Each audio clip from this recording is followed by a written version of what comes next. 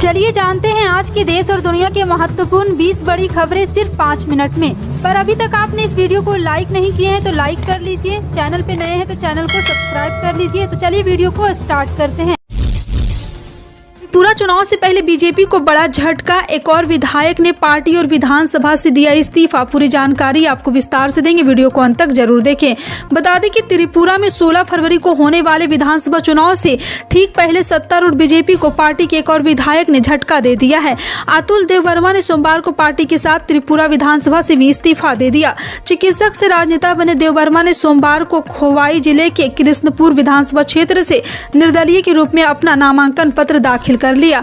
अतुल देव वर्मा और 6 अन्य वर्तमान बीजेपी विधायकों को अगले महीने होने वाले विधानसभा चुनाव के लिए पार्टी के उम्मीदवारों की सूची से हटा दिया गया है। सत्तारूढ़ बीजेपी ने इस बार कृष्णपुर विधानसभा सीट से विकास देव वर्मा को उम्मीदवार बनाया। बीजेपी ने 60 विधानसभा क्षेत्रों में से 55 सीटों पर उम्मीदवार खड़े किए हैं, जबकि उसके सहयोगी indigenous peoples front of Tripura ने शेष 5 सीटों पर उम्मीदवार उतारे हैं। अतुल देव वर्मा बीजेपी के 6ठे विधायक और बीजेपी IPFT गठबंधन के 9वें विधायक हैं, जिन्होंने 2021 से अब तक विधानसभा की सदस्यता के साथ अपनी पार्टी को भी छोड़ दिया है।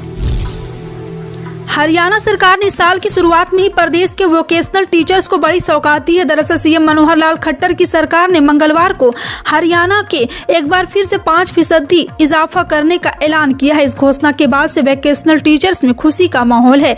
प्रदेश सरकार के ताजा अपडेट के मुताबिक वोकेशनल टीचर्स का मानदेय 5% बढ़ाया गया। इस घोषणा से पहले वोकेशनल टीचर्स को हर माह 30,500 रुपये मानदेय मिलता था, जिसे बढ़ाकर 32,025 रुपये प्रतिमाह कर दिया गया है। दिल्ली के मुख्यमंत्री अरविंद केजरीवाल को एक शख्स ने जान से मारने की धमकी दी। दिल्ली पुलिस ने बताया कि आरोपी शख्स मुंडका का रहने वाला है। पुलिस के मुताबिक आरोपी की मानसिक हालत ठीक नहीं है। एक वरिष्ठ पुलिस अधिकारी ने कहा कि कोई गिरफ्तारी नहीं हुई, क्योंकि 38 वर्षीय व्यक्ति मानसिक रूप से परेशान है और एक अस्पताल में उसका इलाज चल रहा है। आरोपी का नाम जयप्रकाश बताया गया। उस व्यक्ति ने देर रात पुलिस को कॉल कर केजरीवाल को जान से मारने की धमकी दी। समाजवादी पार्टी ने हाल में घोषित अपने राष्ट्रीय कार्यकारिणी में पिछड़े मुस्लिम और दलितों का कॉम्बिनेशन बनाकर बड़ा दांव चला है। राजनीतिक पंडितों के अनुसार अखिलेश यादव ने लोकसभा चुनाव में बीजेपी को घेरने की रणनीति पर अमल शुरू कर दिया है, जिसकी झलक पार्टी के राष्ट्रीय कार्यकारिणी को देखने को मिली है। राजनीतिक जानकारों की माने तो अखिलेश OBC वोटों में खासकर नॉन यादव को गोलबंदी में लगे हैं। इसी कारण वो जातीय समीकरण की बिसात को ढंग से बिछाने में लगे हैं। वो चाहते हैं कि OBC को लामबंद करने के लिए एक के बाद एक मुद्दे देते रहे। इसी कारण स्वामी प्रसाद मौर्य लगातार रामचरितमानस को लेकर सवाल उठा रहे हैं।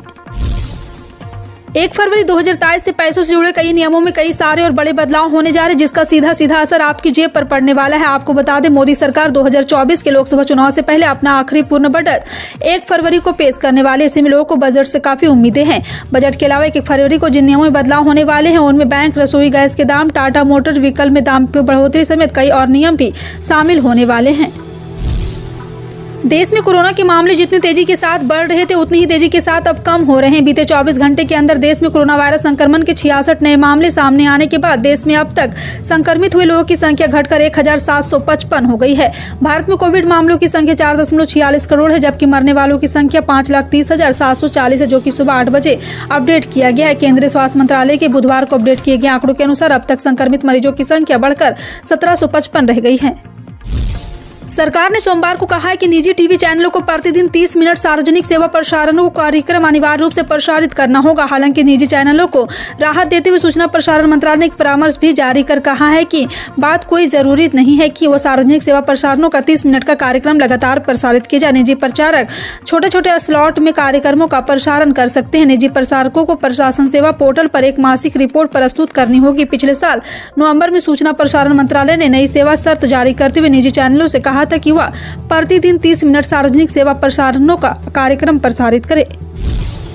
भारतीय रेल में हर रोज बड़ी संख्या में लोग यात्रा करते हैं। ऐसे में यात्रियों की सुविधाओं को और बेहतर बनाने के लिए रेलवे डेवलपमेंट कार्य करता रहता है, जिसकी वजह से कई बार ट्रेनें रद्द करनी पड़ती है तो कुछ ट्रेनों के रूट्स डाइवर्ट करने पड़ते हैं। यात्रियों को परेशानी न हो, इसके लिए प्रभावित ट्रेनों की जानकारी आधिकारिक वेबसाइट पर दी जा रही है। भारतीय रेलवे ने 31 जनवरी 2023 को 398 ट्रेनों को रद्द कर दिया, जिसमें 363 ट्रेन पूरी तरह कैंसिल कर दी गई है। संसद का बजट सत्र आज से शुरू हो गया। इस मौके पर राष्ट्रपति द्रौपदी मुर्मू ने संसद के दोनों सदनों की संयुक्त बैठक को संबोधित किया। यह राष्ट्रपति द्रौपदी मुर्मू का संसद में पहला अभिभाषण था। इस मौके पर द्रौपदी मुर्मू ने पिछले 8 सालों में सरकार द्वारा उठाए गए बड़े कदमों का जिक्र किया। इतनी नहीं, राष्ट्रपति मुर्मू ने 2047 तक देशों को विकसित बनाने की बात भी कही।